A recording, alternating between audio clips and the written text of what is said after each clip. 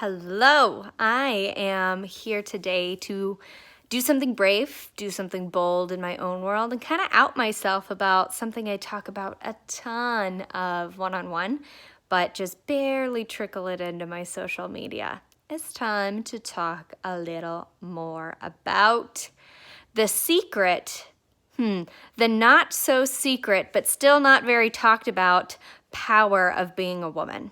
And I'm talking about our cyclical nature, the fact that we menstruate, that we bleed, that we have an internal cycle that is natural, has been around forever. And when we truly tap into it, it can give us a whole new experience of ourselves and our life. This is work I took on, but resisted for like years, truly resisted for years. And the reason I was super resistant to this conversation and to the whole conversation about feminine power is because I've never resonated with that deep desire to be a biological mom, to be a mother, to go through pregnancy and the beauty of creating a human inside of me. It's never really felt like a calling to me, and quite the opposite. I've always known I'd be a mother of another kind, and I've written about that before. But I couldn't read feminine power books that were a little bit more on the woo-hoo spectrum because they always emphasized motherhood, and I didn't find myself. So I actually thought I couldn't be feminine and powerful. So not true, right? And I did find work eventually after I kept doing my own work and opening myself up that resonated with me. And it really starts with your menstrual cycle.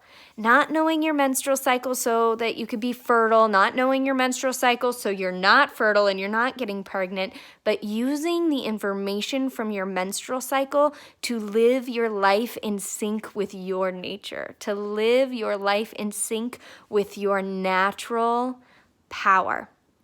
That is so key. I literally think that it's the antidote to burnout for women.